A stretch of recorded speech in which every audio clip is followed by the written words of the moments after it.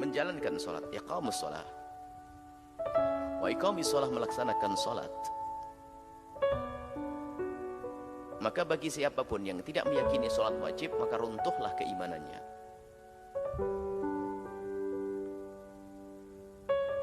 Baik, mengatakan sholat tidak wajib, runtuh imannya. Adapun yang tidak melakukan sholat, ulama berbeda pendapat di dalam hal ini. Orang yang meninggalkan sholat, selagi dia masih meyakini sholat itu wajib, maka menurut madhab kita Imam Syafi'i dan juga madhabnya Imam Malik rahimahullah ta'ala dan Imam Abu Hanifah, kalau ada orang meninggalkan sholat tapi masih mengatakan sholat itu wajib, maka dia masih dalam wilayah iman, karena masih mengimani kalau sholat itu wajib.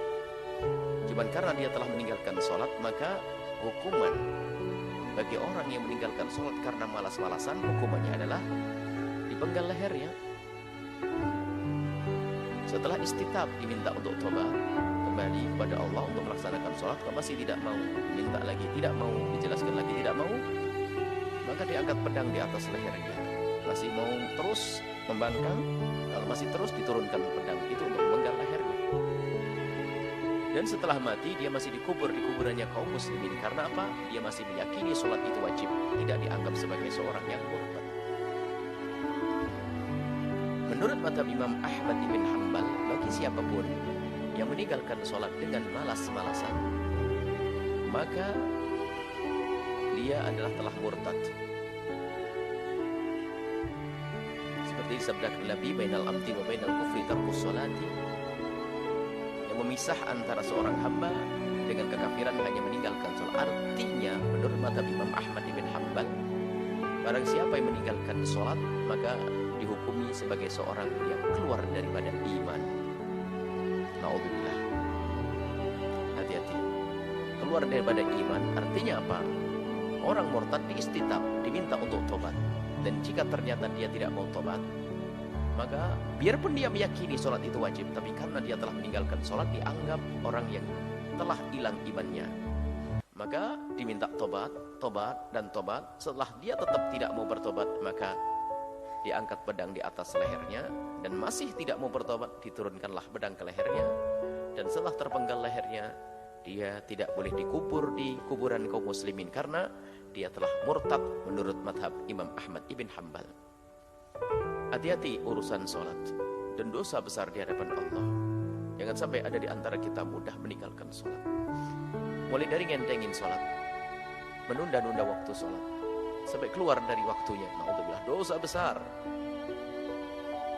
Dan sholat itu berat, kecuali sholat itu adalah pekerjaan yang ringan, akan tapi menjadi berat kecuali bagi hamba yang dikasihi oleh Allah. Maka sadarlah dirimu, jika ternyata berat sholat bagimu, maka Allah tidak cinta kepadamu. Yang merasa berat sholat, ketahuilah tanda tidak dicintai oleh Allah. Karena apa? Karena sholat adalah pekerjaan yang paling ringan dan ringan, dan bahkan diringankan seringan-ringannya. Sejenak kita membayangkan orang sholat berdiri. Bagi yang mampu, tidak mampu berdiri boleh duduk, nggak bisa duduk boleh baring, nggak bisa baring boleh telentang, boleh ngapain saja. Nggak ada air pun boleh dengan debu bertayamum. Bacaannya pun yang mampu, nggak mampu pun boleh bacaan apa saja, dan begitu mudahnya. Kemudian kita coba membayangkan bagi orang yang sehat berdiri, dan berdiri pun hanya beberapa menit, dan di saat berdiri pun tidak membawa beban apapun di atas kepalanya, dan tangannya pun tidak menjinjing apa-apa. Dia ringan sekali.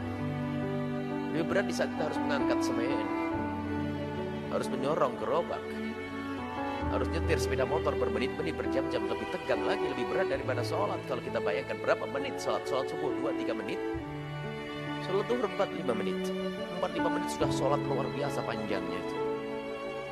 Coba kita bayangkan, begitu ringannya sholat. Tapi kenapa ada orang meninggalkan sholat? Karena dia adalah manusia yang dijauhkan dari rahmat Allah Subhanahu wa ta'ala. Maka dari itu, ayo kita fahamkan kepada anak-anak kita pentingnya sholat. Jangan sampai ada di rumah kita orang yang meninggalkan sholat, mengundang malapetaka, mengundang bencana jika ada di rumah kita orang satu yang tidak sholat. Dan memang mengherankan, Sholat adalah pekerjaan yang sangat ringan. Dia mungkin begadang semalam pun mampu, dan bekerja keras mampu, tapi untuk melakukan sholat tidak mau. Unik, tapi itulah kenyataannya. Aneh tapi nyata. Sholat mudah tapi susah, berat, kecuali untuk orang-orang yang khusyuk kepada Allah, yang hatinya dengan Allah Subhanahu wa ta'ala. Dan waspadalah dengan siapapun yang sering meninggalkan sholat. Jangan mempercayakan apapun kepada orang yang sudah tidak amanat dengan sholatnya. Dan pertama kali yang akan ditanyakan dalam hisab nanti adalah urusan sholat. Urusan sholat. Yang penting menjalankan sholat dulu deh, baru nanti peningkatan kita bicara tentang sholat berjamaah.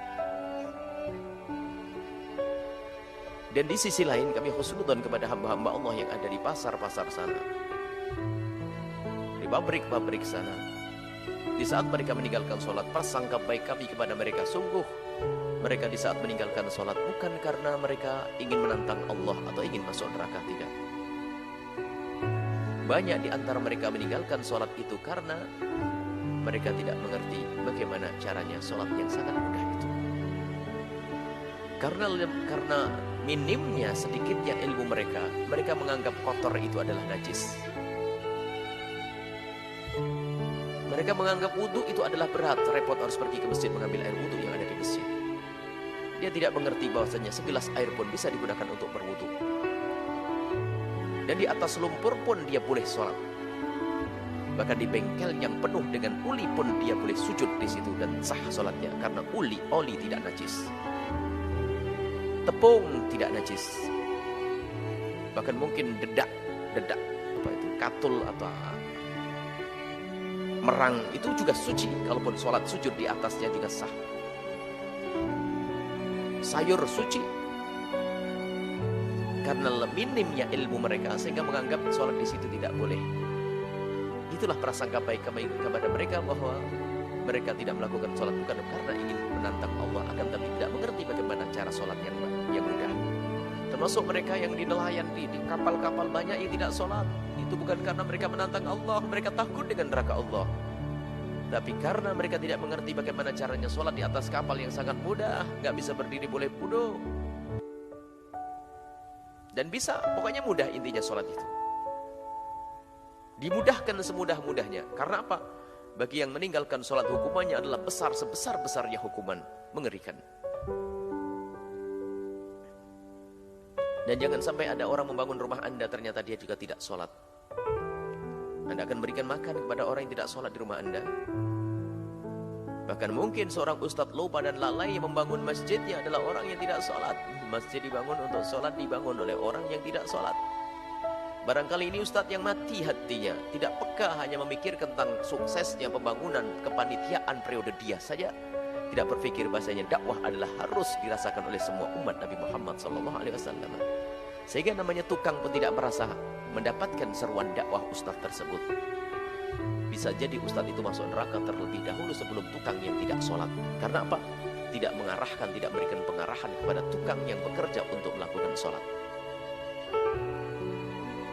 Bahkan bukan karena mereka tidak sholat, bahkan kita sering menemukan tukang-tukang itu di saat tidak sholat bukan karena mereka tidak mau sholat, akan tapi karena mereka pernah ikut orang yang suka melarang sholat, dipikir semua bos seperti itu.